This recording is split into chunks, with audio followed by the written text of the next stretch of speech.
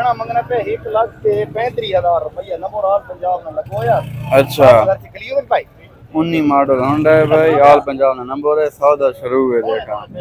1,08,000 रुपया ये मालो के भाई 1,08,000 से देखा। 9 कराचा 10 कराचा 10.5 कराचा ये भाई होंडा है किथे बनना है फैनल पैसे दा 3 ना है ना 3 ना विका है ना यार फाइनल 1,03,000 कहना है। ठीक है 1,15,000 1,15,000 ना भाई सौदा हो गया। ये भाई कितनी मॉडल है?